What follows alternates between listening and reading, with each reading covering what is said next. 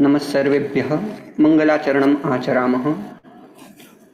ओम सहनाववतु सहनौ भुनक्तु सह वीर्यं करवावहै तेजस्विनावधीतमस्तु मा विद्विषावहै। ओम शांति शांति शांतिः।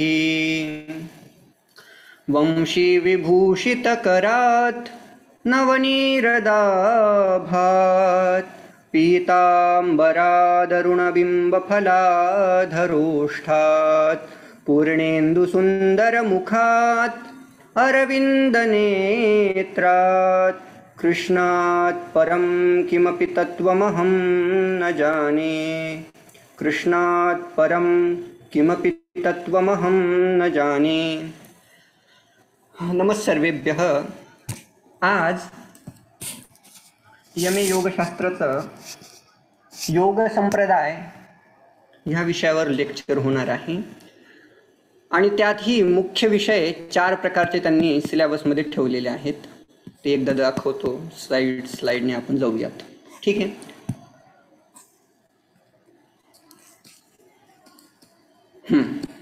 काय काय आहे तुमच्या अभ्यासक्रमासाठी त्याचं एक दिग्दर्शन करवतो।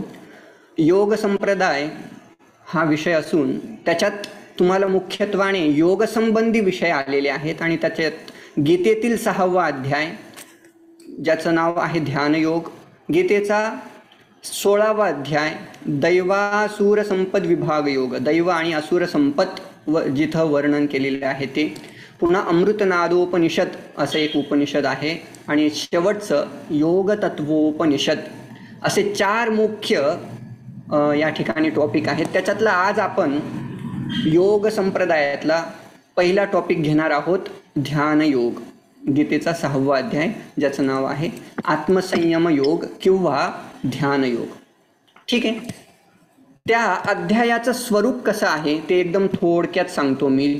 त्याच्यातले मेन टॉपिक काय काय असणार आहेत तर पहिला आणि दुसरा श्लोक हा निष्काम कर्म अनुष्ठानाची स्तुती या 2 श्लोकांमध्ये असणार आहे। त्यानंतर ध्यानयोग प्राप्ती करण्यासाठी किंवा ध्यानासाठी कशाची गरज आहे तर कर्मयोगाची गरज आहे आणि कर्मयोग करत करत करत ज्या वेळेला चित्तशुद्धी होते त्यावेळेला चित्त ध्यानामध्ये स्थित होऊ शकतं असं सांगतात आणि ज्या वेळेला ही स्थिती प्राप्त होते त्यानंतर त्या कर्माचा संन्यास सुद्धा सांगितलेला आहे पुढच्या श्लोकामध्ये, 3ऱ्या श्लोकामध्ये। त्याच्यानंतर 4था श्लोक असणार आहे ज्याच्यात योगारूढ जो पुरुष आहे, योगी जो पुरुष आहे त्याचे लक्षण काही सांगितले 4थ्या श्लोकामध्ये। 5 ते 9 या श्लोकांमध्ये योगारूढत्व कसं संपादन करायचं, त्याच्यासाठी साधकाने किंवा योग्याने कसे प्रयत्न करावेत त्यासंबंधी विचार आलेला आहे, मोठा विषय आहे। आणि त्यानंतर योग साधना करत असताना योग्याच्या जीवनात काय काय नियम असावेत, त्याने आहार कसा करावा, त्याने विहार कसा करावा किंवा त्याचे आसन कसे असावेत, तो कसा बसावा, त्याने चिंतन कसं करावं, कोणाचं चिंतन करावं, हा मोठा टॉपिक 10व्या श्लोकापासून तर 26व्या श्लोकापर्यंत कव्हर केलेला आहे। त्याच्यानंतर ध्यान योग म्हणजे एकदा ध्यान करायला लागलं की त्याला काही ना काही फळ असायला पाहिजे, बरोबर। कुठलीही साधना करत असलो की त्याला काही ना काही फळ असावंच। प्रयोजनम अनुद्दिश्य न मंदोपि प्रवर्तते अशी शास्त्र उक्ती आहे। मग ध्यान योगाचं नेमकं फळ काय आहे हा प्रश्न महत्त्वाचा असू शकतो की ध्यान योगाचं फळ काय असणार आहे, तर याच्यावर सुद्धा फोकस असू द्यात। 27 ते 32 या श्लोकांमध्ये योगाचं फळ काय असतं त्याचं निरूपण केलेलं आहे। त्याच्यानंतर अर्जुनाचा प्रश्न असतो की अरे भगवान, हे मन खूप चंचल आहे, त्या मनाला कंट्रोल करायचं असेल तर काय साधना आहे, त्याच्याविषयी तो 2 श्लोकामध्ये एकात मनाचं स्वरूप प्रतिपादन करतो आणि अर्जुन दुसऱ्या 34व्या श्लोकात म्हणतो की या मनाचं चंचलत्व दूर करण्याकरता किंवा त्याला कंट्रोल करण्यासाठी काय बरं साधना आहे असे अर्जुन प्रश्न विचारतो। आणि मग त्या प्रश्नाचं उत्तर देत असताना भगवान म्हणतात अभ्यास वैराग्याभ्याम, अभ्यासाने तथा वैराग्याने ते मन कंट्रोल करता येऊ शकतं। ठीक आहे। आणि मग अशी साधना करत करत ज्या वेळेला योगाची जी काया असते, शरीर असतं, ते समजा साधना करत असताना पडलं म्हणजे काय, योग साधना करतो आहे आणि साधना पूर्ण न होताच जर देहपात झाला किंवा तो योगी मरण पावला तर त्या योग्याची काय स्थिती होते, तसा प्रश्न पुढच्या श्लोकांमध्ये विचारलाय 37 आणि 38. त्याच्यानंतर मग त्या अर्जुनाच्या प्रश्नाला उत्तर देत भगवान म्हणतात की त्या योगभ्रष्टाच्या गती 2 प्रकारच्या आहेत वगैरे वगैरे. तो आपण टॉपिक आता कव्हर करणारच आहोत. आणि मग असा जो योगी आहे, जो ध्यान साधना करतो, तो तपस्वीभ्योधिको योगी ज्ञानीभ्योपी मतोधिक, हा सगळ्या साधकांमध्ये श्रेष्ठ आहे असं त्याचं श्रेष्ठत्व निरूपण करून शेवटी अर्जुनाला सांगतात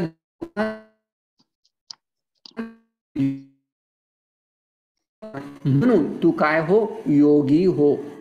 कारण का, जो वासुदेवाचं सतत चिंतन करतो तो भक्त, तो योगी बाकीच्या साधना करत असलेल्या लोकांपैकी हा युक्ततम असतो, हा श्रेष्ठ असतो. अध्यायाची एकदम ब्रीफ मध्ये मी समरी दिलेली आहे. या एवढ्या एका तासामध्ये मला जेवढे काही श्लोक करता येतील मी करण्याचा प्रयत्न करणार आहे. ठीक आहे. आणि जर काही संशय वगैरे शेवटी पाहू किंवा तासाच्या शेवटी आपण त्याचं निरूपण करू. सर्वप्रथम गीता ही कशासाठी बरं निर्माण केली गेली, गीतेचं प्रयोजन काय याचं तुम्हाला कल्पना आहे का? गीताशास्त्राचं मुख्य प्रयोजन काय?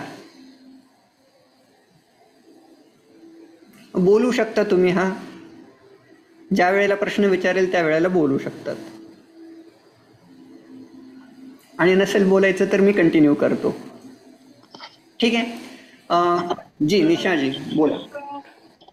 समस्त वर्गा आपल्या व्यक्तींना उपदेशासाठी.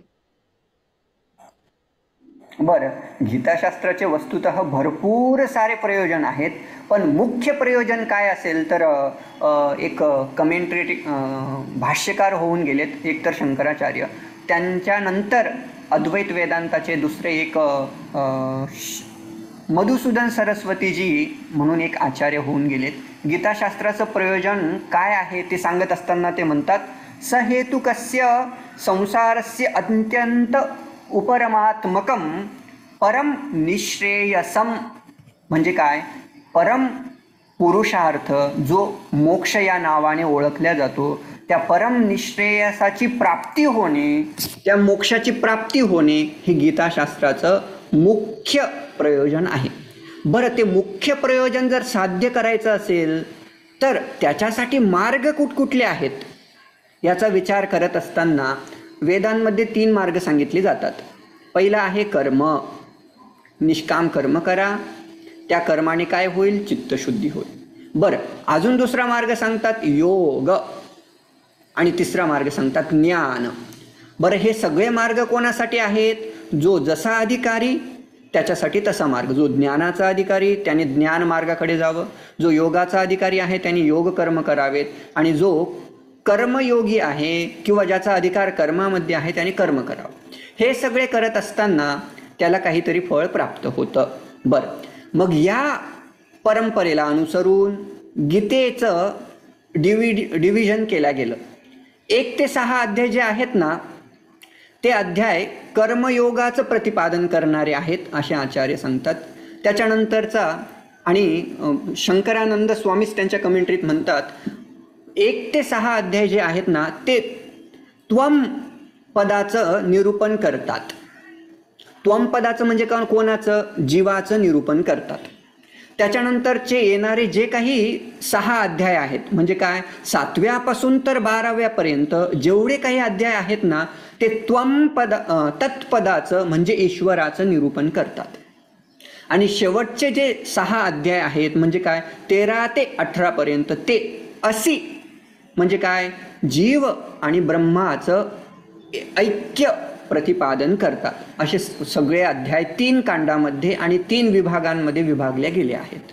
बरं, त्याच्यातला जो पहिला कांड आहे कर्मकांड, ज्याच्यात जीवाचं निरूपण केलं गेलं आहे, त्याच्यातला हा शेवटचा अध्याय. त्या अध्यायाचं नाव आहे आत्मसंयम योग. आत्मसंयम म्हणजे काय, आत्मशब्दाचा मुख्यत्वाने अर्थ केला तर अंतःकरण असा करू शकतो आपण. त्या अंतःकरणाचा संयम करणं, त्या अंतःकरणाला कंट्रोल करणं या अध्यायाला नाव दिलेलं आहे. बरं, आता त्याचं प्रत्येक श्लोकानुसार चिंतन आपण करूयात. ठीक आहे. पहिला टॉपिक आहे निष्काम कर्म अनुष्ठान स्तुती. निष्काम कर्म करणारा जो योगी आहे ना तो श्रेष्ठ आहे, त्याची स्तुती केलेली आहे. श्लोक एकदा मी सरळ सरळ डायरेक्ट अन्वयाकडे जातो, तुम्ही श्लोक तुम्हाला माहीतच आहेत. ठीक आहे.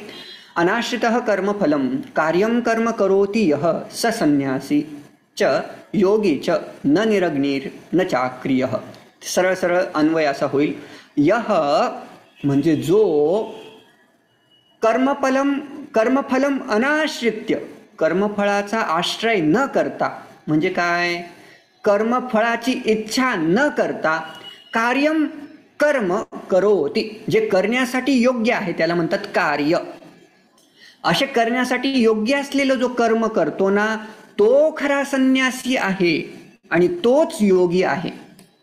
योग्याची व्याख्या काय, अशी योग्याची किंवा संन्यासाची व्याख्या जर विचारली तर जो कर्मफळाचा त्याग करतो, जो कर्मफळाचा त्याग करत कर्मामध्ये प्रवृत्त होतो तो खरा योगी आहे, तो खरा संन्यासी आहे, असं पहिली व्याख्या योग्याची केली. न निरग्निही न चाक्रियः, तो अग्नीचा त्याग करणारा नाही किंवा त्याने अग्नीचा त्याग केलेला आहे असं करूयात.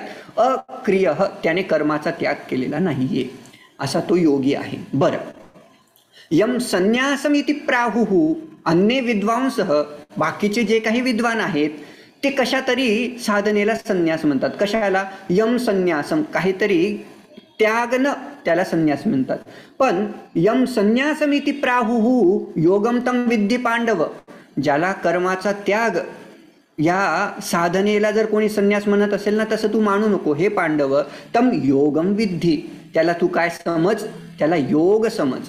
कारण का, असं का म्हणतायत तुम्ही संन्यासाला योग का म्हणतायत, म्हणतात नाही असन्यस्त संकल्प योगी कश्चन भवती. कश्चन अपि, कोणी सुद्धा, जो कसा आहे असन्यस्त संकल्प, ज्याने संकल्पाचा त्यागच केलेला नाहीये तो योगी होऊ शकत नाही.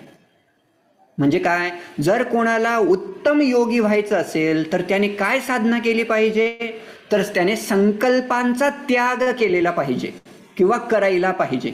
जो संकल्पांचा त्याग करतो श्लोकामध्ये म्हणतात.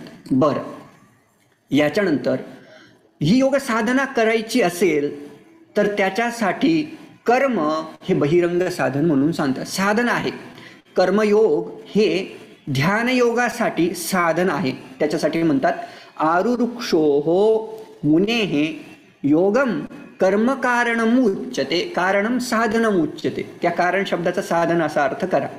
आरुरुक्षः, आरुषु त्याला म्हटलं जातं जो आरोढुम इच्छुः, ज्याला चढण्याची वर जाण्याची इच्छा आहे. म्हणजे काय, ज्या ध्यान योगावर आरूढ होण्याची इच्छा आहे त्या व्यक्तीला म्हटलं जाईल आरुरुक्षु.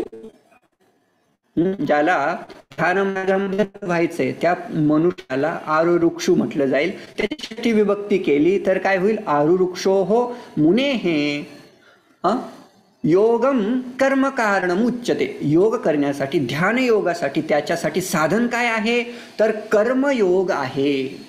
म्हणजे ज्या व्यक्तीला, ज्या साधकाला योग करायचा असेल किंवा योग साधनेमध्ये रत व्हायचं असेल त्याच्यासाठी प्री रिक्विजिट्स काय असतील तर कर्मयोग आहे. बरं, कर्माने काय होतं असा जर कदाचित प्रश्न तुमच्या अंतःकरणात असेल तर कर्माने चित्तशुद्धी होते. बरं, चित्तशुद्धी झालं की काय होईल, जे अंतःकरण शुद्ध आहे ते अंतःकरण साधना करत असताना स्थिर होईल. आणि ज्या वेळेला अंतःकरण स्थिर होतं ना त्यावेळेला योग झटपट होतो, लगेचच मन स्थिर होतं.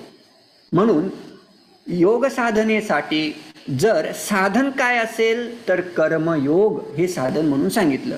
आणि जो ऑलरेडी योगी झालेला आहे, ज्याने साधना करून आपले अंतःकरण थोडंसं शांत केलेलं आहे, त्याच्यासाठी काय म्हणतात, योगारूढस्य तस्य एव, जो आरुरुक्षू होता सुरुवातीला, पण साधना करत करत तो योगारूढ झाला, योग मार्गावर आरूढ झाला. आणि आरूढ झाल्यानंतर जर त्याला त्याच मार्गावर काही काळ स्थिर राहायचं असेल, त्याच मार्गावर चालायचं असेल, तर त्याच्यासाठी साधन काय आहे म्हणतात, शमः कारणम उच्यते. शमः, शमः म्हणजे काय, वेदांत शिकलाच आहात तुम्ही पूर्वीच्या काही लेक्चर्स मध्ये. शमः म्हणजे काय, इंद्रियांचं किंवा मनाचं निग्रह करणं, त्याला शम म्हणतात. मग तो योगारूढ झालेला जो व्यक्ती आहे त्याला जर त्याच मार्गावर स्थित राहायचं असेल तर शमः कारणम उच्यते. 3 श्लोक क्लिअर असतील, पुढे चालतो. बरं, आता पुढे योगारूढ, योगारूढ म्हणजे नेमकं काय, त्या योगारूढाचं काय लक्षण आहे, असा जर प्रश्न असेल तुम्हाला परीक्षेसाठी असू शकेल. योगारूढ कोणाला म्हणायचं, तर त्याच्यासाठी म्हणतात, यदा हि नेंद्रियार्थेषु न कर्मस्वनुषज्जते सर्वसंकल्पसन्न्यासी योगारूढस्तदोच्यते तदा सः सर्वसंकल्पसन्न्यासी योगारूढः इति उच्यते. त्यावेळेला त्या ज्याने सर्व संकल्पांचा त्याग केलेला आहे त्या योग्याला काय म्हणायचं, योगारूढ. पण केव्हा म्हणायचं, यदा तस्य इंद्रियार्थेषु कर्मसु सह न अनुषज्यते. म्हणजे काय, जो इंद्रिय अर्थ हा शब्द सांगतो. इंद्रिय म्हणजे काय, संपूर्ण सेन्सेस, आपले इंद्रिय ऑर्गन. ठीक आहे. अर्थ म्हणजे काय, त्यांचा विषय. त्या विषयांच्या ठिकाणी ज्या वेळेला तो अनुषज्यते, न अनुषज्यते, अनुरक्त ज्या वेळेला होत नाही, ज्या वेळेला त्याला विषयांची आकांक्षा राहत नाही, त्यावेळेला तो सर्व संकल्प संन्यासी योगारूढ या नावाने ओळखला जातो, जाणल्या जातो.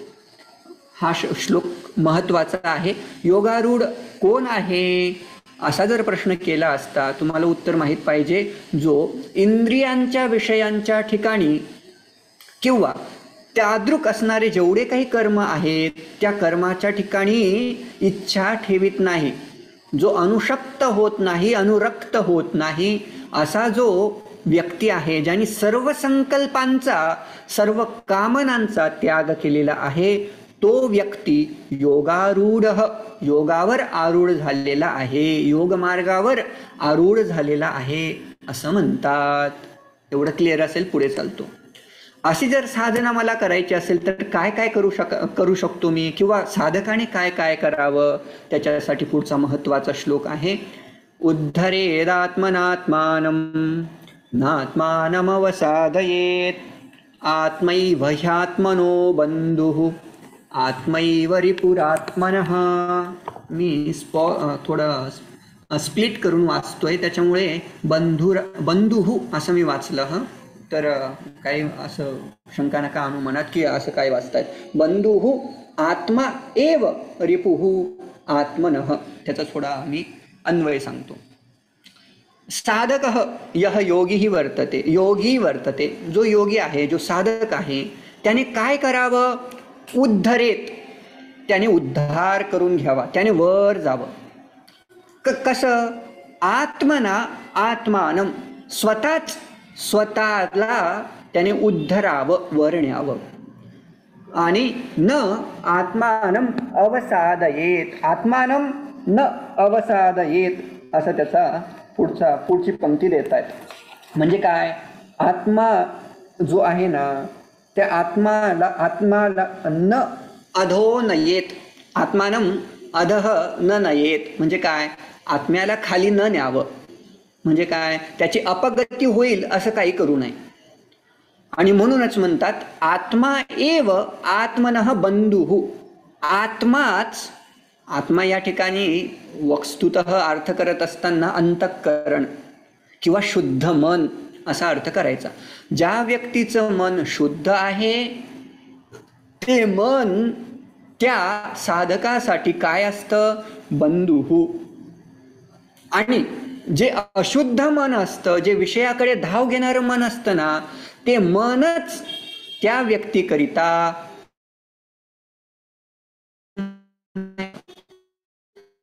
प्रयासाने अंतःकरण ज्या साधनेमुळे शुद्ध होईल त्या प्रकारची साधना म्हणजे काय, कर्मयोग करावा. कर्मयोग करत करत योग मार्गाकडे मार्गक्रमण करावं, असा सरळ सरळ या श्लोकाचा अर्थ आहे. उद्धरेत आत्मना आत्मानम, स्वतःचा उद्धार करावा.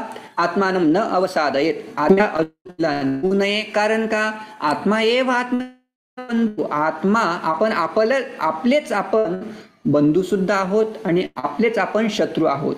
पण आपले बंधू कधी होणार, ज्या वेळेला आत्म्याचा उद्धार करणार.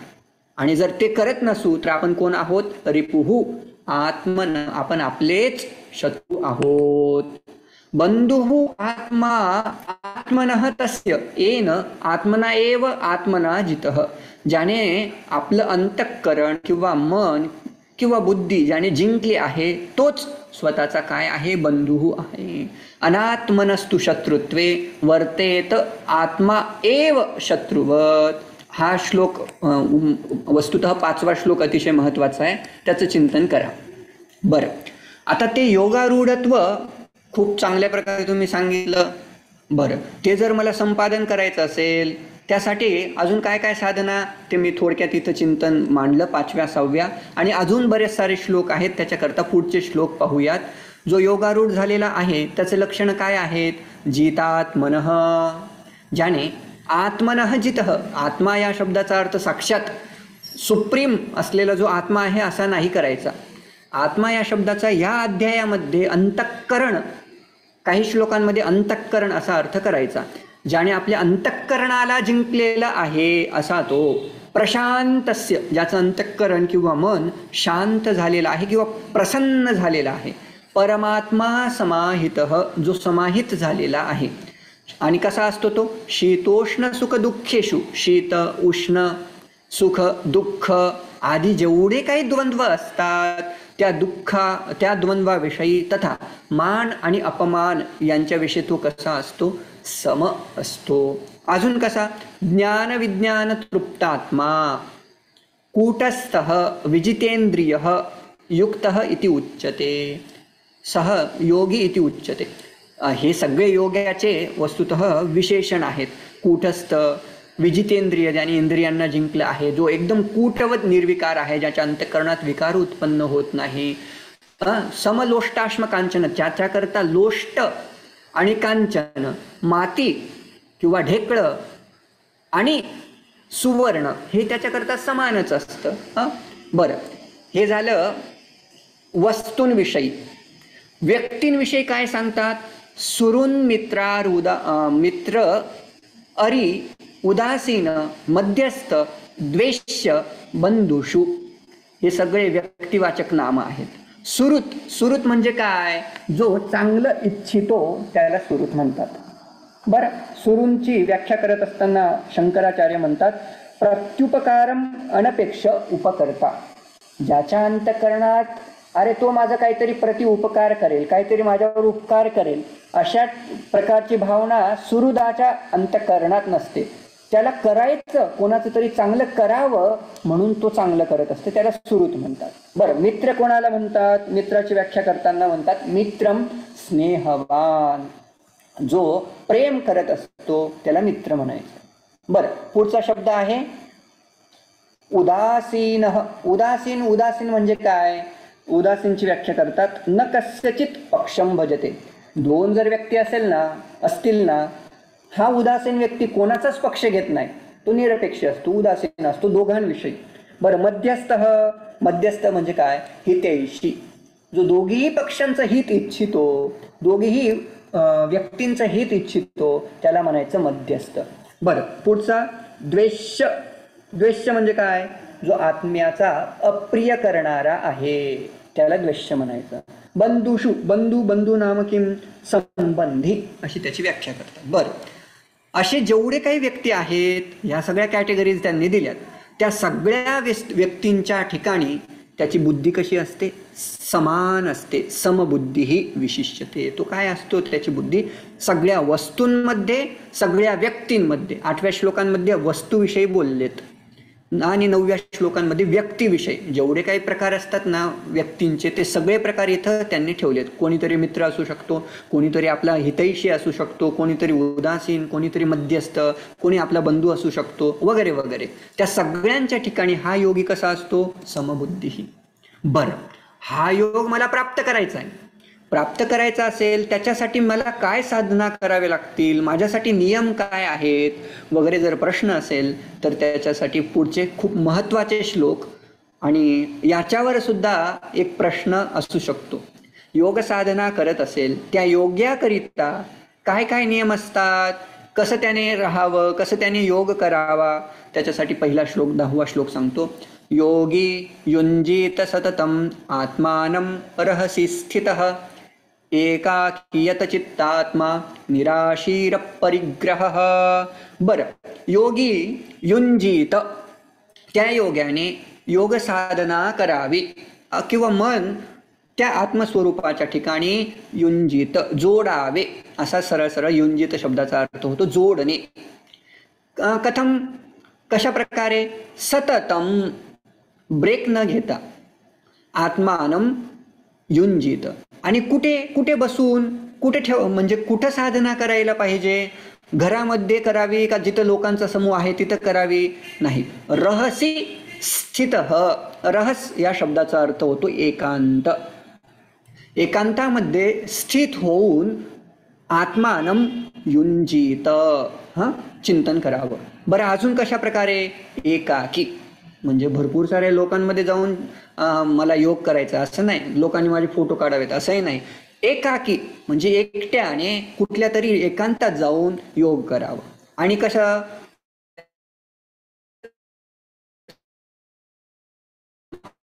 पुन्हा पुन्हा या अध्यायात येणार आहे, लक्षात ठेवा. यत म्हणजे ज्याने कंट्रोल केलेले. काय? चित्तात्मा. चित्तात्मा म्हणजे अंतःकरण. आणि जो कसा आहे? निराशीही, विषयांविषयी ज्याला आशा राहिलेली नाही, तो व्यक्ती. अपरिग्रह, ज्याने कुठल्याही वस्तूचा परिग्रह केलेला नाही, ज्याच्याकडे कुठल्याही प्रकारची वस्तू नाही, जसं सुवर्ण, मोबाईल, धन वगैरे वगैरे, त्यांचा संग्रह ज्याने केलेला नाही.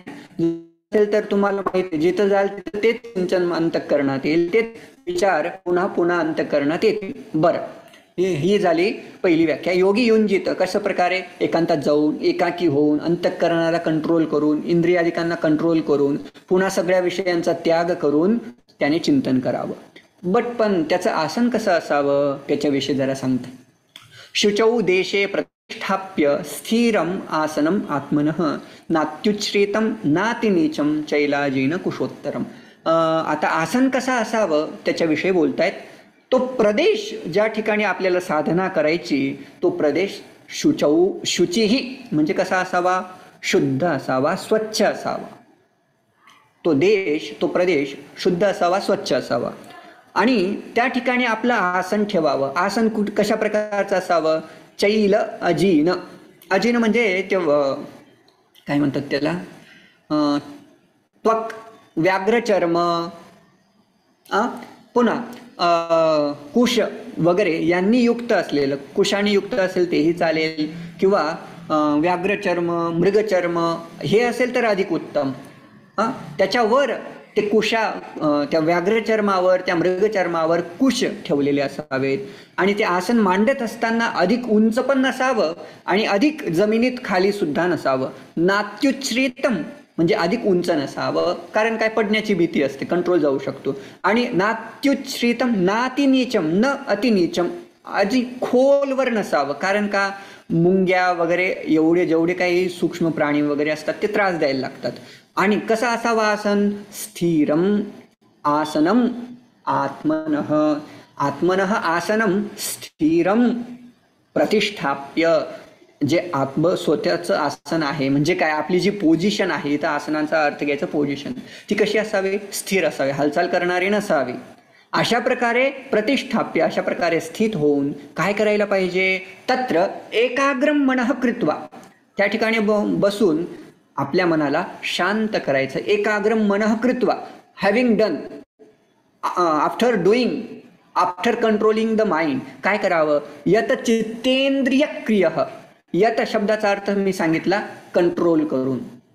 ठीक आहे, कंट्रोल करून. कशा कशाला कंट्रोल करायचं आहे? चित्त, इंद्रिय आणि क्रिय.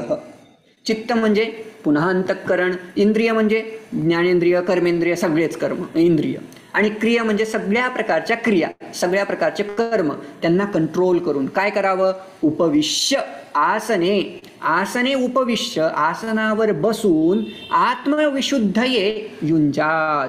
बरं, योग करायचंय, कशा करता करायचं? योगाचं काय प्रयोजन आहे जर विचारलं तर तुम्ही याला अंडरलाईन करू शकता. आत्मविशुद्धये युंजात. आत्मशुद्धी करिता म्हणजे काय? अंतःकरणाच्या शुद्धी करता योग करावा. बरं, बसलेत, आसनावर बसलेत, त्याच्यानंतर पोझिशन कशी असली पाहिजे, कसं बसायला पाहिजे? म्हणतात समम काय शिरोग्रीवम. समम म्हणजे एकदम सरळ असावीत. काय? काय म्हणजे शरीर, शिरः म्हणजे मस्तक, आणि ग्रीवा, ही जी ग्रीवा आहे ना ते एकदम सरळ रेषेत असावीत. धारयन, अशा प्रकारे धारण करत, अचलम स्थिर, जे कसं आहे अगदी चलायमान नाही आहे, स्थिर आहे. आणि असं केल्यानंतर काय करायचं? संप्रेक्ष नासिकाग्रम, नासिका अग्रम संप्रेक्ष, आपल्या डोळ्यांनी आपल्या नासिकेचं जे अग्रभाग आहे ते पाहायचं. आणि पुढचं इंटरेस्टिंग आहे, ते म्हणतात स्वम. दुसऱ्याच्या नाकाचा अग्रभाग नाही पाहायचा, स्वतःच्या नाकाचा अग्रभाग पाहायचा. बरं, आणि काय करायचं? दिशः अनवलोकयन, दिशांकडे इकडं पाहायचं, इकडं पाहायचं असं नाही, एकदम समोर पाहायचं, कुठलीही दिशा नाही पाहायची. अनवलोकयन असं म्हटलं आहे, न अवलोकयन असा त्याचा अर्थ. अवलोकयन म्हणजे पाहत. इथं म्हणतात अवलोकयन, नावाचं तिथं निगेटिव्ह काय निषेधात्मक त्यांनी प्रत्यय उपयोग केला. बरं, आणि असं सर्व करत असताना कसं व्हावं? प्रशांतात्मा विगतभीहि ब्रह्मचारी व्रते स्थितः मनः संयम्य मच्चित्तः युक्तः आसीत मत्परः. भगवान म्हणतात असं बसल्यानंतर तो कसा असावा? प्रशांतात्मा, तो अतिशय प्रसन्न असावा, आणि त्याच्या अंतःकरणातून भीती गेलेली असावी. अरे मी तर योगाला आलो, मग माझी ती बाईक आहे तिथं, ती बाईक जर कोणी उचलून नेली, माझ्या चप्पल जर मंदिरातून गायबच केल्यात, अरे ती भय, त्याला या सगळ्या गोष्टींचं भय नसावं. आणि म्हणून त्याच्याकरता हा अतिशय महत्त्वाचा श्लोक त्यांनी ठेवला, अपरिग्रह निराशी. हे अतिशय मुख्य आहेत योग साधनेकरता. बरं, असा जो व्यक्ती आहे ज्याच्या अंतःकरणातून भी निघून गेलेला आहे, ते वस्तूंविषयी असेल किंवा बाकीच्या प्राण्यांविषयी, वाघ आला तर काय होईल? काय नाही होणार, तू योग कर, दुसरं काय नाही होणार. ब्रह्मचारी व्रते स्थितः, त्याने कुठल्या व्रतामध्ये स्थित असायला पाहिजे? ब्रह्मचार्याचं पालन केलं पाहिजे. ब्रह्मचार्य म्हणजे मुख्यत्वाने जे आपलं शिष्णेंद्रिय त्याचंच नाही तर संपूर्ण इंद्रियांचं त्याने काय केलं पाहिजे? निग्रह केला पाहिजे, कंट्रोल केले पाहिजेत. बरं, मनः संयम्य, आणि मग ब्रह्मचारी व्रतात बसल्यानंतर मनाला कंट्रोल करायचं आहे. आणि कंट्रोल केलेल्या मनाचं काय करायचं? काय करायचं नेमकं? योग साधने म्हणतात योगश्चित्तवृत्ती निरोध. पण वेदांत म्हणतो इथं थांबायचं नाही, चित्ताचा निरोध करून परवडणार नाही, त्या चित्ताला काहीतरी दिलं पाहिजे, त्यावेळेला ते शांत राहील. मग काय केलं पाहिजे त्या चित्ताने? मच्चित्तः आसीत, तू बस, पण कसा बस? मच्चित्त होऊन बस, म्हणजे माझ्याच ठिकाणी त्या चित्ताला ठेव. मत्परः,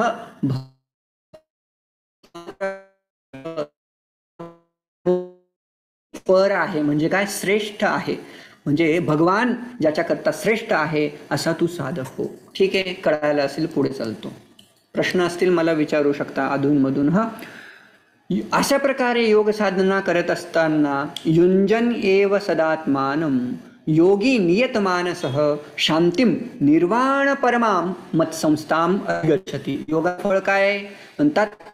निर्वाण परमाम शांतिम मत्संस्थाम अधिगच्छति. हे आहे. विचारलं तर हा श्लोक नोट करू शकता की अशा प्रकारे चिंतन करत असताना ज्याने सतत मना वगैरे कंट्रोल करून ज्याने सतत ध्यान केलं, त्या ध्यान साधनेचं फळ काय असेल? निर्वाण परमाम शांतीम अधिगच्छति. प्राप्त करतो किंवा प्राप्त होतो, शांती प्राप्त करतो.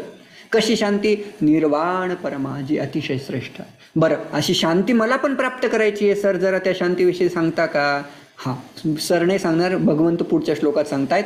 जर तुला ती परमाशांती पाहिजे असेल, निर्वाण शांती पाहिजे असेल, तर काय केलं पाहिजे?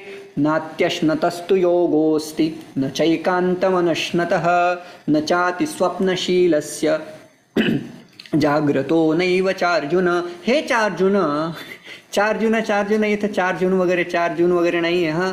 इथं पदविच्छेद करायचा, संधिविच्छेद करायचा. हे अर्जुन अति अश्नतः योग न अस्ति. जो अधिक भोजन करतो ना, त्याच्यासाठी योग नाहीये. बरं, जो कोणीच खात नसेल, भरपूर सारे उपवास करेल, त्याला जमेल का योग? न एकांतम अश्नतः किंवा एकांतम अनश्नतः योग न. जो काहीच खात नाही त्याच्यासाठी सुद्धा योग नाहीये. न चाति स्वप्नशीलस्य, म्हणजे ज्याला निद्रा करण्याचाच ज्याचा स्वभाव आहे, शील आहे, त्याच्यासाठी सुद्धा योग नाहीये. आणि जो केवळ जागरणच करतो, झोपत घेत नाही, त्याच्यासाठी योग आहे का? नाही. ते सगळं तुम्ही कसं लावायचं? प्रत्येक पादामध्ये तुम्ही न योगः अस्ति असं लावायचं. अति अश्नतः योगः न अस्ति, एकांतम अश्नतः योगः न अस्ति, अति स्वप्नशीलस्य योगः नास्ति, जाग्रतः योगः नास्ति. हे सगळीकडे तुम्ही लावा. बरं, मग कोणासाठी तो योग दुःखांचा हरण करणारा असू शकेल? युक्ताहार विहारस्य युक्तचेष्टस्य कर्मसु युक्तस्वप्नावबोधस्य योगो भवति दुःखः. जो अशा प्रकारचा योग करतो ना, तो योग त्या मनुष्यासाठी दुःख हा होतो. म्हणजे काय? दुःखाचं हनन करणारा होतो. कशा प्रकारचा योग? म्हणतात युक्त आहार विहारस्य. जो व्यक्ती युक्त आहार करणारा आहे. आता युक्त आहार म्हणजे नेमकं काय हो? युक्त आहार खाणं म्हणजे नेमकं कसं खाणं? जरा असं इसकटून सांगा, साधारण भाषेत बोलायचं, जरा विस्ताराने सांगा. भगवान शंकराचार्य याच्यावर भाष्य लिहित असताना खूप सुंदर भाष्य लिहितात. ते म्हणतात, अन्नाचं भक्षण करत असताना कशा प्रकारे विभाजन करावं पोटाचं, त्याच्यासाठी ते म्हणतात अर्धम अशनस्य. जे काही खाल्लं आहे ना, पोटाचे 4 भाग करायचे. 4 भागांपैकी 2 भागामध्ये काय करायचंय? अन्नाचं भक्षण करायचंय. अर्धम अशनस्य सव्यंजनस्य तृतीयम उदकस्य तु वायो संचारणार्थम तु चतुर्थम अवशेषये. जेवढा काही तुम्ही व्यंजनयुक्त पदार्थ तुम्ही खाल्लेला आहे, ते सगळे पदार्थ तुम्हाला भूक जेवढी लागलेली आहे ना, ते अर्ध पोटी तुम्ही खावं. म्हणजे काय? पोटाचे 4 भाग करावेत. त्या पोटाच्या 4 भागांमध्ये अन्न 2 भागामध्ये बसायला पाहिजे. एका भागामध्ये, 3ऱ्या भागामध्ये फक्त पाणी पाहिजे आणि 4था भाग शिल्लक ठेवावा. आकंठ भोजन नाही करावं. भोजन करायचं, पण केवढं? जेवढी भूक लागलेली असेल ना, त्याचं अर्ध खायचं. त्याच्यातल्या 3ऱ्या भागात पाणी, तो 3रा भाग पाण्याने पूर्ण असावा. आणि शेवटचा जो उरलेला भाग असेल ना, 25% देअर शुड बी तिथं काही हवा संचार करण्यासाठी तिथं गॅप असावा. म्हणजे हवेने सुद्धा तिथं संचार करावा. तेवढं भोजन करायचं. बरं, त्याला म्हणतात युक्त आहार. युक्त विहार जो करतो. विहार म्हणजे काय? विचरण करणं. म्हणजे मला आज संध्याकाळी ना ध्यान करायचंय आणि मी चालतोय 25 किलोमीटर. कशाचं ध्यान होणार आहे? झोप येणार आहे, बरोबर ना? तर जर कोणाला योग करायचा असेल, त्याचं विहार सुद्धा युक्त असावा. अधिक त्याने भ्रमण करू नये किंवा अधिक बसून पण राहू नये. त्याच्यामुळे कमराचे वगैरे विकार होतात. अधिक बसल्यामुळे त्याला तेही शक्य होणार नाही. म्हणून त्याचा आहार युक्त असावा, त्याचा विहार युक्त असावा. आणि त्याच्या जेवढ्या काही कर्मक्रिया करतो आहे ना, त्या सगळ्या कर्मक्रिया, चेष्टा त्या कशा असाव्यात? तर युक्त असाव्यात.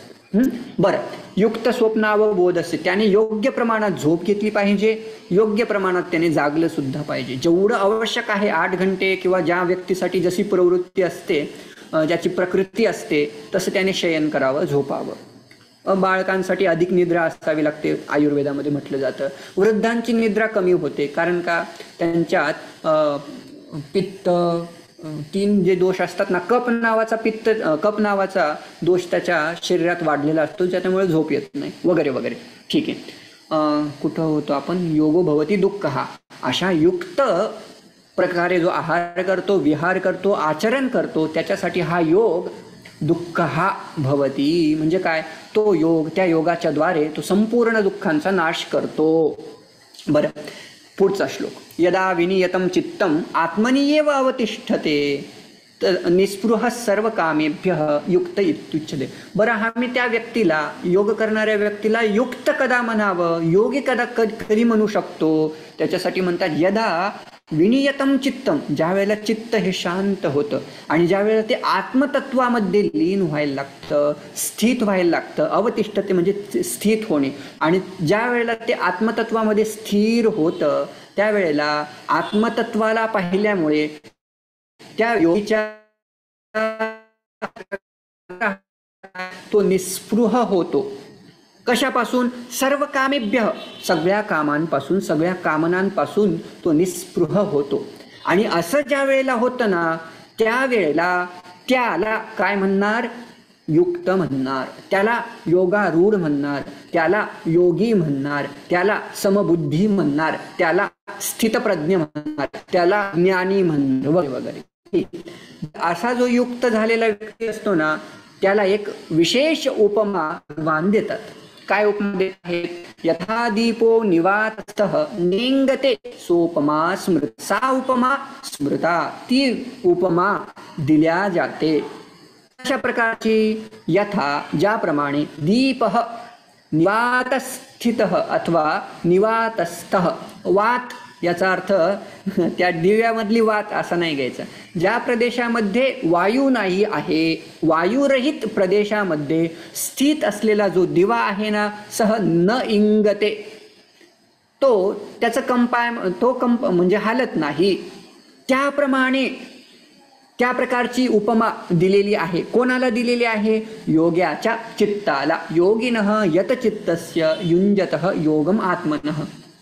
आत्मनः योगम युञ्जतः यत चित्तस्य योगिनः तादृक् अथवा तादृशी उपमा स्मृता. त्या प्रकारची उपमा त्या योग्याच्या अंतःकरणाला, चित्ताला दिलेली आहे. कशाप्रमाणे?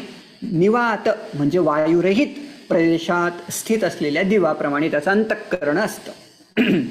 पुढचा.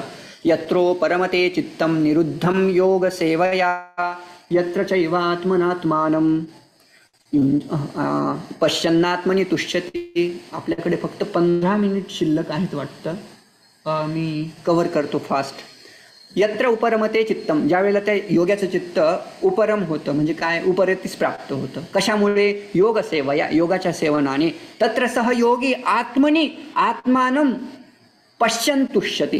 तो योगी स्वतःलाच स्वरूपामध्ये पाहत तो काय होतो? संतुष्ट होतो. बरं, आणि मग त्यावेळेला त्याला जे सुख मिळतं ना, ते कसं असतं? सुखम आत्यंतिकम यत् तत् बुद्धिग्राह्यम अतींद्रियम. ते जे सुख असतं ना, ते आत्यंतिक आहे. आत्यंतिक शब्दाचा अर्थ काय? अंतरहित असा अर्थ करा. इथं अंतरहित म्हणजे त्या सुखाचा नाश होत नाही, परमानंदाची प्राप्ती होते. आणि ते परमानंद प्राप्ती कशी आहे? बुद्धिग्राह्यम अतींद्रिय, ज्याचं ग्रहण इंद्रियांद्वारे केल्या जाऊ शकत नाही. व्यक्ती यत्र न चैवायम स्थितश्चलती तत्वतः. तो तत्वतः स्थित झालेला त्या स्थितीपासून पुन्हा चलायमान होत नाही. आणि हा अतिशय महत्वाचा श्लोक 22वा. यम लब्ध्वा चापरम लाभम मन्यते नाधिकम ततम. ते सुख ज्या वेळेला त्या योग्याला प्राप्त होतं ना, त्या सुखापेक्षा उत्तम सुख कुठलंच नाहीये त्याच्याकरता. आणि यस्मिन स्थितः न दुःखेन गुरुणापि विचाल्यते. आणि ज्या वेळेला तो आत्मस्वरूपामध्ये स्थित होतो त्यावेळेला गुरुणापि न विचाल्यते. हा थोडा कॉमेडी करू शकतो इथं. गुरुने जर हलवलं ना तरी तो त्या स्थितीपासून हलू शकत नाही. वस्तुतः इथं गुरुणा हे दुःखाचं विशेषण आहे. उलटा अर्थ करू नका. मुख्य अर्थ जो आहे तो मी सांगतो. मोठेतले मोठे दुःख जरी त्याच्या जीवनात आले तरी त्या दुःखाने तो चलायमान होत नाही. कारण का? त्याला आत्मतत्वाचं दर्शन झालं आणि आत्मतत्वाच्या दर्शनामुळे त्याला परमानंद प्राप्ती झाली. परमानंद एकदा प्राप्ती झाली की त्याला कुठल्याही प्रकारचं दुःख विचलित करू शकत नाही. आणि योगाची अतिशय महत्वाची व्याख्या पुढच्या याच्यात देत आहेत. अंडरलाईन करा 23वा श्लोक. तम विद्यात दुःख संयोग वियोगम. योग म्हणजे नेमकं काय? दुःख संयोग ज्याच्या ज्याच्याद्वारे होतो त्या सगळ्यांचा वियोग होणं त्याला योग म्हटलं जातं. दुःख कशामुळे होतं? विषयांमुळे होतं. इंद्रियांचा आणि विषयांचा संयोग झाला की सुख होतं असं म्हणतात, पण अल्टिमेटली आपल्याला दुःखच होतं. आणि असे जेवढे जेवढे विषय आहेत त्या दुःखांचा त्याग करणं, त्या विषयांचा त्याग करणं त्यालाच काय म्हणतात? योग म्हणतात. योग म्हणजे काय? सगळ्या विषयांचा त्याग करणं त्याला योग म्हणायचं. दुःख देणारे जेवढे काही विषय आहेत त्यांचा त्याग करणं त्याला योग म्हणायचं. बरं, सह निश्चयेन योक्तव्य योगो अनिर्विन्न चेतसा. आणि तशा प्रकारचा योग सगळ्या साधकांनी अनिर्विन्न चेतसा, ज्याचं काय विचलित नाही असं अविचलित चित्ताने अशा प्रकारचा योग करावा असं भगवान म्हणतायत. बरं, मग मनसा इंद्रिय ग्राम विनियम्य समंततः शनैः शनैः उपरमेत बुद्ध्या धृती गृहीतया आत्मसंस्थम मन कृत्वा न किंचिदपि चिंतयेत. सरळ सरळ सांगतो, त्याने काय करावं? त्या योग्याने त्याने सगळं इंद्रिय ग्राम म्हणजे जेवढे काही इंद्रिय आहेत ना त्यांना कंट्रोल करायचं. कशाच्या द्वारे? मनाच्या द्वारे. सगळ्या बाजूतून समंततः आणि स्लोली शनैः शनैः उपरमेत, आणि त्या विषयांपासून उपरम करावा असा अर्थ. आणि मग काय करावं? समजा केले इंद्रिय कंट्रोल केले, त्यांना काय करायला पाहिजे? आत्मसंस्थम मनः कृत्वा न किंचिदपि चिंतयेत. आत्म्याचं चिंतन करावं, आत्मव्यतिरिक्त कुठल्याही विषयाचं चिंतन करू नये. असं केल्यानंतर काय होईल बरे? यतः यतः निश्चरति मनः चंचलम अस्थिरम चंचलम मनः अस्थिरम मनः यतः इतः निश्चरति. ज्या ज्या वेळेला ते चंचल असलेलं मन, अस्थिर असलेलं मन विषयांकडे धाव घेऊ लागेल ना, त्या वेळेला ततः ततः नियम्य एतत् आत्मनियेव वशम नयेत. त्या वेळेला ते मन कंट्रोल करायचं आहे आणि आत्मस्वरूपामध्ये स्थित करायचं. बरं, असं केलं की काय होणार? प्रशांत मनसंहीनम योगिनम सुखमुत्तमम उपैति शांतरजसम ब्रह्मभूतम कल्मषम. असं जर क्रिया केली की त्याला ते उत्तम सुख प्राप्त होईल आणि मग त्याच्या ठिकाणी असलेले जेवढे काही कल्मष आहेत, दोष आहेत, ते सगळे नाहीसे होतील. बरं, अजून कसा असेल तो योगी? काही श्लोक मी टाळतो, पुढचा घेतो. 29वा महत्वाचा आहे. सर्वभूतस्थम आत्मानम सर्वभूतानी आत्मनी. हा जो विचार घेतलाय ना ईशावास्य उपनिषदातून त्यांनी डायरेक्ट उचललेला आहे. सर्वभूतस्थम आत्मानम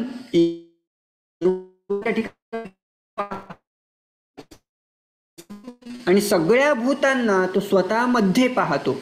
कोण? योगयुक्तात्मा सर्वत्र समदर्शन.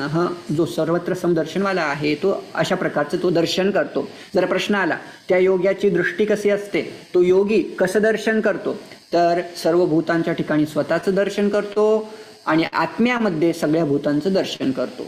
बरं, असं पाहणारा त्याचं काय होतं? योमाम पश्यति सर्वत्र. भगवान म्हणतात जो मला सर्वांच्या ठिकाणी पाहतो, सर्वांच्या सगळ्यांना पाहतो, भगवंताला पाहतो, तसं न प्रणश्य. त्याच्याकरता मी कधीही नष्ट झालेला नसणार आहे. त्याच्याकरता 425 आवर्स मी अवेलेबल असणार आहे.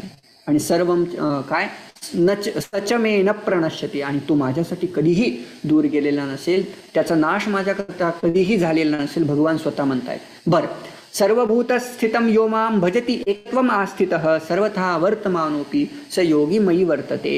असा पाहत असलेला योगी सर्वभूत स्थितम यो माम पश्यती अथवा भजती. सर्व भूतांमध्ये भगवंतच आहे अशा प्रकारची भावना करून जो माझं भजन करतो, जो माझी सेवा करतो ना, तो योगी माझ्याच मध्ये राहतो असं भगवंत म्हणतात. आणि तो योगी अजून कसा असतो? आत्मौपम्येन सर्वत्र समम पश्यती यह अर्जुन सुखम वा यदि वा दुःखम स योगी परमो मतः. जो सर्व भूतांच्या काही सम झालेला असतो. असा सरळ सरळ अर्थ करा. पुढे जाऊयात आपण. आता अशा प्रकारचा योग भगवंताने सांगितल्यानंतर अर्जुनाच्या मनात साहजिक विचार आला, ओ भगवान, तुम्ही आतापर्यंत सांगितलं, पण सांगितल्यानंतर सुद्धा मला तो योग कळत नाहीये. म्हणून का कळत नाहीये? तर त्याच्यासाठी अर्जुनच एक रिझन देतोय. योयम योगः त्वया प्रोक्तः हे मधुसूदन, यह अयम योग त्वया प्रोक्त, तुझ्याकडून सांगितला गेलेला जो योग आहे ना, एतस्य अहम न पश्यामी, त्या योगाला मी पाहू शकत नाही. कारण का? अर्जुनच म्हणतोय चंचलत्वात स्थितीम स्थिराम, ताम स्थितीम स्थिराम अथवा स्थिराम स्थितीम अहम द्रष्टुम किंवा न पश्यामी. कस्मात? चंचलत्वात. मी कसा आहे? चंचल आहे, किंवा माझं अंतःकरण, माझं जे चित्त आहे ते कसं आहे? चंचल आहे. त्या चंचलत्वामुळे मी पाहू शकत नाही. बरं, चंचल काय आहे? चंचलम ही मनकृष्ण प्रमाथि बलवदृढम तस्याहम निग्रहम मन्ये वायोरीव सुदुष्करम. सुदुष्करम दोन उपसर्ग लावून त्यांनी सांगितलं. दुष्करम असती, सुदुष्करम असती, जे अतिशय क्लिष्ट आहे त्याला कंट्रोल करणं. कशाप्रमाणे? ज्याप्रमाणे कोणीही व्यक्ती वायूला कंट्रोल करू शकत नाही ना, त्याप्रमाणे मनाचा सुद्धा निग्रह करणं, त्या मनाला कंट्रोल करणं खूप क्लिष्ट आहे. जर करायचं असेल काय करायला पाहिजे? भगवान म्हणतात आहे आमच्याकडे उपाय आहे, चिंता नसावी. भगवान म्हणतात असंशय महाभाव, खरं आहे, तू काय खोटं बोलत नाहीयेस. मनाचं ग्रहण करणं, निग्रह करणं खूप क्लिष्ट आहे. पण अभ्यासेन तु कौंतेय वैराग्येन च गृह्यते. या दोन साधनांच्या द्वारे, अभ्यास आणि वैराग्य या दोन साधनांच्या द्वारे त्या मनाला सुद्धा कंट्रोल केल्या जाऊ शकतं. बरं, आता पुढचा असंयमना काय? पुढचा श्लोक आहे. त्या श्लोकामध्ये भगवंत म्हणतात असंयमी जे काही आहेत ना, त्यांच्यासाठी योग हा दुष्प्राप आहे. ज्यांनी मनाचं, इंद्रियांचं संयमन केलेलं नाही त्याच्यासाठी योग दुष्प्राप आहे. त्याच्याविषयी बोलतायत. असंयतात मना योग दुष्प्राप इति मे मतिः. जे असंयमी आहेत त्यांच्याकडे हा योग दुष्प्राप आहेत, पण ज्यांनी मनाला, इंद्रियांना कंट्रोलमध्ये ठेवलं आहे त्यांच्यासाठी सोपं आहे, असं सरळ सरळ भगवान म्हणाले. मग त्याच्यावर पुन्हा अर्जुनाची शंका आहे. अर्जुन म्हणतोय अयती श्रद्धयोपेतः योगाचलित मानसः अप्राप्य योग संसिद्धिं कां गतिं कृष्ण गच्छति. हे कृष्ण, सहयोगी काम गतिं गच्छति. तो योगी कुठल्या गतीस प्राप्त होतो? कुठला योगी? योगाचलित मानस, जो योग साधना करतोय, श्रद्धेने योग साधना करतोय, पण योग साधना करत असताना चलित मानस, जो मृत पावला आणि त्याला योगाचे जे फळ असतं तेही मिळालं नाही. आता तो योग साधना करत होता, योग साधना करत करत योग साधना पूर्ण न झाल्यामुळे योगाचं फळ भेटणार नाही, पण त्या मेला. बरं, मग त्याला काय गती मिळते? तो आहे प्रश्न. त्याच्यावर उत्तर असं आहे कश्चिन्नो भय विभ्रष्ट छिन्ना भ्रमी वनश्चती अप्रतिष्ठो महाबाहो विमुडो ब्रह्मणः पती एतन्मे संशयम. ओके, पुढचा प्रश्न त्याचा कंटिन्यू होतो आहे. कश्चिन न उभय विभ्रष्ट, जो कर्मयोगापासून आणि योग साधनेपासून सुद्धा भ्रष्ट झालेला आहे. मग तो अप्रतिष्ठ, जो अजून प्रतिष्ठा किंवा त्या फळास प्राप्त झालेला नाही, तो ब्रह्मणः पती विमूढ, ब्रह्म मार्गापासून, ज्ञान मार्गापासून विमूढ झालेला, त्याची काय बरं स्थिती होते? हा माझा संशय आहे आणि त्या संशयाचं हनन हे भगवान तूच करू शकतो. हे कृष्ण, त्वम एव छेत्तुम हरसी, तूच या संशयाचा नाश करू शकतो. त्वदन्य अस्य संशयस्य छेत्ता न युपपद्यते, तुझ्या व्यतिरिक्त दुसरा कोणी मी उपाय पाहत नाही, या संशयाचं छेदन करणारा पाहत नाही. त्याच्यावर भगवान म्हणायला लागलेत हे पार्थ, न एव इह न अमुत्र विनाशः तस्य विद्यते. त्या योग्याचा ना इथं विनाश झालेला आहे, न परलोकात त्याचा विनाश होईल. नहि कल्याण कृत कश्चित दुर्गतीम तात गच्छति. हे तात, कोणीच योगी कल्याणकृत, ज्याने फक्त कल्याण मार्गाचा अवलंब केला, ज्याने सगळ्यांचं कल्याण केलं, त्याची दुर्गती नाही. बरं, मग त्याची काय अवस्था होते? प्राप्य पुण्यकृताम लोकान उषित्वा शाश्वती समाहा. तो किती वर्ष राहतो? बरेच सारे वर्ष राहतो. उषित्वा म्हणजे राहून. कुठे राहून? पुण्यकृताम लोकान, पुण्याने प्राप्त होणारे जेवढे काही लोक आहेत ना, त्या लोकांमध्ये शाश्वती ही समाहा. समाहा म्हणजे वर्ष, भरपूर 101 वर्ष त्या ठिकाणी राहतो. 100पेक्षा अधिकही असू शकतात, माहीत नाही, मी राहिलेलो नाही. आणि मग काय होतं? शुचिनाम श्रीमताम गेहे योगभ्रष्ट अभिजायते. तो योगभ्रष्ट झालेला व्यक्ती एकतर शुचिनाम श्रीमताम गेहे, शुचिनाम गेहे उपजायते अथवा श्रीमताम गेहे उपजायते. आणि इथं तर म्हणतात श्रीमताम शुचिनाम गेहे, श्रीमंत असलेले जे शुद्ध असलेले व्यक्ती आहेत त्यांच्या घरामध्ये जन्म घेतो. बरं, अजून दुसरा एक पर्याय, अथवा योगिनाम एव कुले भवती धीमताम योगिनाम कुले तस्य जन्म भवती. आणि अशा प्रकारची गती प्राप्त होणे एकतर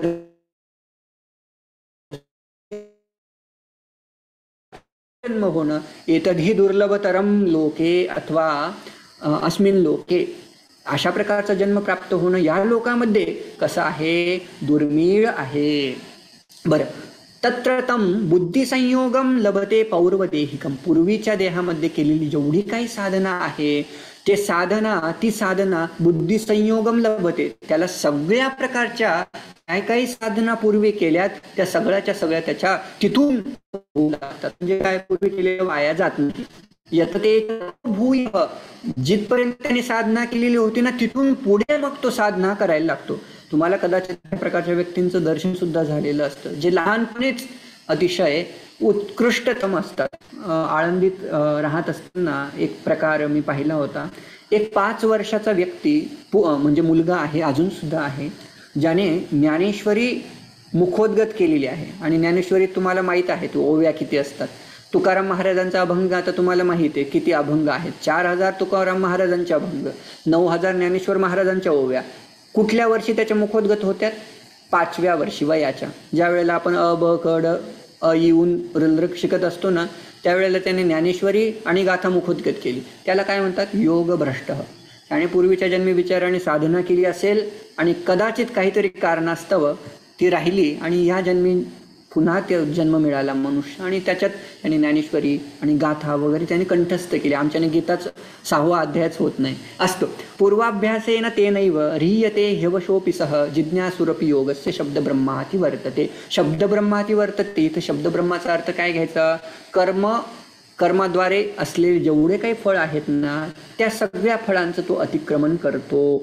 आणि मग प्रयत्नाद्यतमानस्तु योगी संशुद्ध किल्बिषः अनेक जन्म संसिद्ध ततो याती पराम गतिम. त्याला कुठल्या प्रकारची गती प्राप्त होते? श्रेष्ठ गतीच तो होतो. कोण? प्रयत्नात यतमान, जो प्रयत्न करतोय, जो यतमान आहे आणि त्या प्रयत्नांमुळे त्याचं अंतःकरण संशुद्ध किल्बिषः, कल्मशापासून किल्बिषापासून पापापासून मुक्त झालेलं अंतःकरण ज्याचं अनेक जन्मांच्या संसिद्धीमुळे तो काय होतो?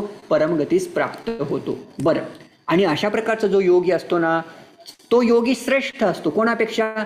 तपस्वीभ्यो अधिक योगी. तपस्वींपेक्षा तो श्रेष्ठ असतो, अधिक असतो. ज्ञानीभ्योपी मतोधिक, तो ज्ञानी व्यक्तींपेक्षा म्हणजे काय? शास्त्रकुशल जे असतात, शास्त्रात पारंगत जे असतात ना त्या व्यक्तींपेक्षा, त्या ज्ञानी व्यक्तींपेक्षा तो काय असतो?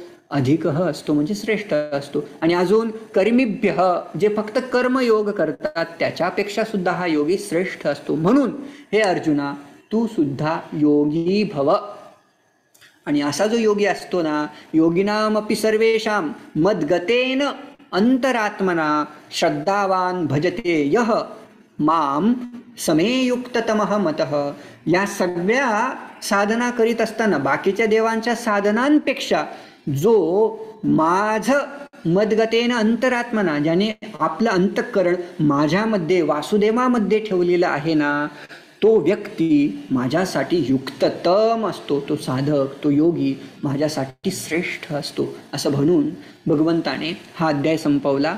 ओम तत्सदिति इति श्रीमद्भगवद्गीतासु उपनिषत्सु ब्रह्मविद्यायां योगशास्त्रे श्रीकृष्णार्जुन संवादे आत्मसंयमयोगः नाम 6ठोऽध्यायः. अशा प्रकारे 6वा अध्याय आपण संपवला.